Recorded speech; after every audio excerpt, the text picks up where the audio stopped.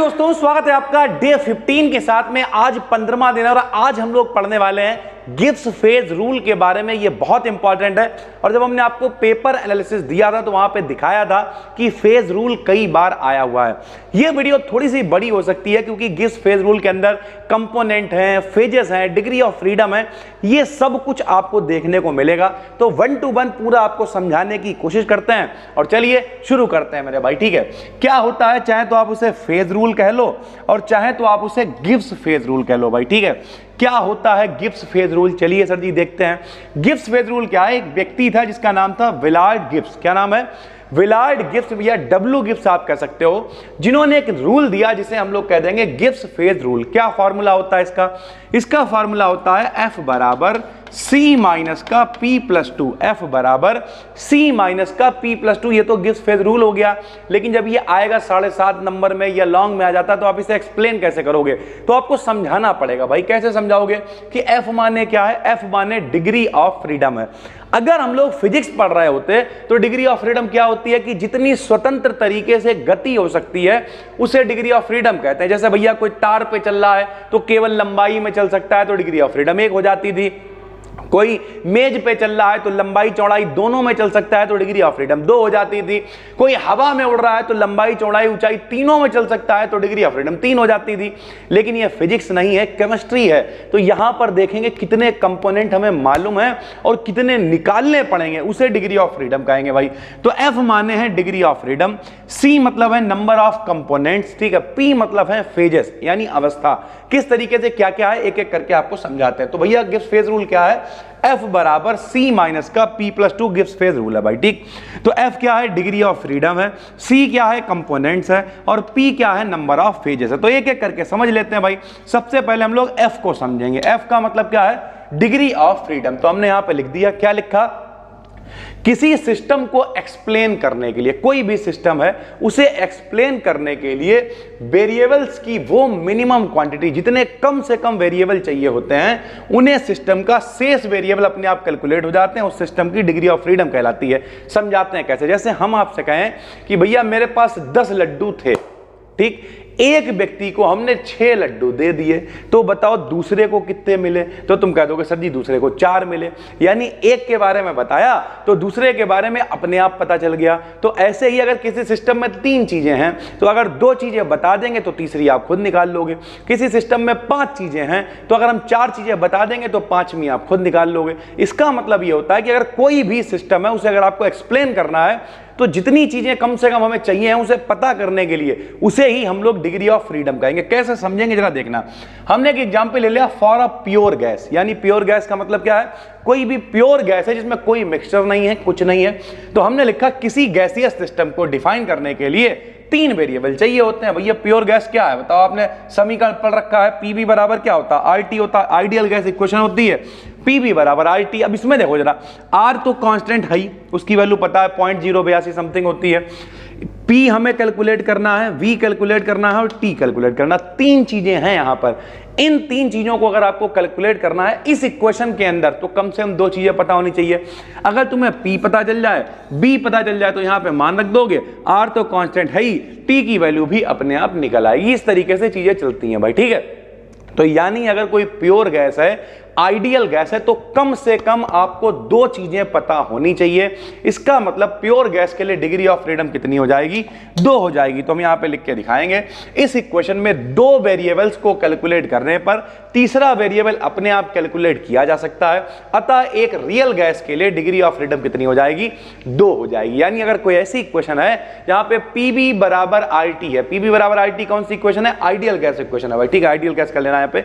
Ideal gas equation है तो ideal gas के लिए मेरे भाई, आइडियल का मतलब क्या होता है? आदर्श गैस।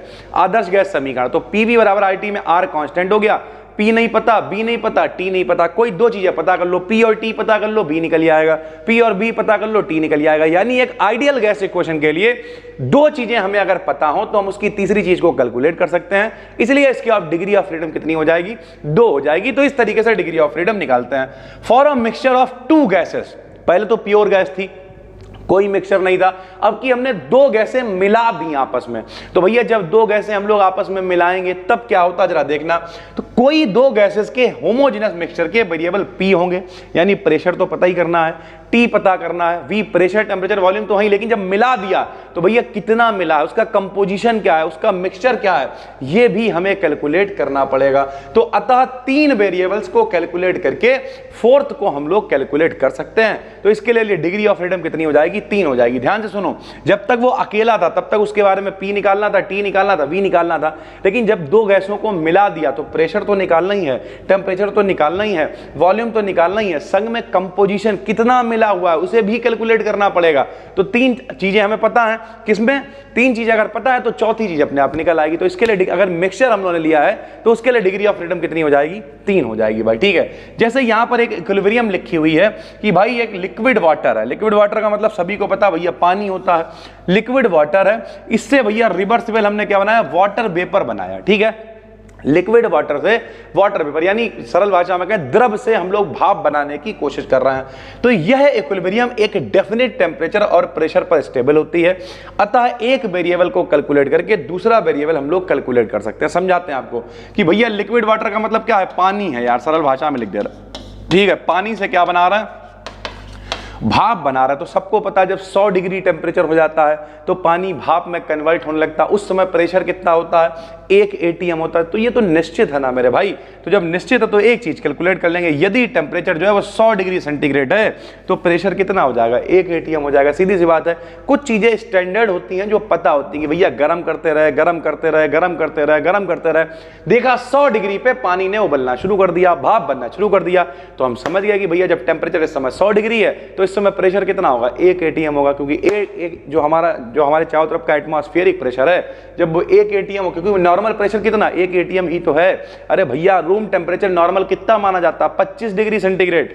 नॉर्मल जो वायुमंडलीय दाब है कितना माना जाता है, 1 atm। उस 1 atm पे ही तो तुम गर्म कर रहा हो उसे। तो 100 पे अगर भाप बन रही है तो भैया 1 atm उसका प्रेशर हो जाएगा। तो एक चीज अगर आपने कैलकुलेट कर ली टेम्परेचर को तो ऑटोमेटिक प्रेशर फिर आपका पता चल जाएगा। तो इस तरीके से अगर इस तरीके की कोई इक्विलिब्रियम है कि पानी से हम लोग भाप बना रहे हैं तो इसके लिए मेरे भाई कितनी हो जाएगी डिग्री ऑफ फ्रीडम, 1 हो जाएगी। क्योंकि दो चीजों में से कोई एक चीज हम लोग निकाल लेंगे। जैसे मान लिया ये बर्फ है, बर्फ से हमने बनाया पानी और पानी से बनाई भाप। ठीक, इसकी भी कुछ कंडीशन होगी।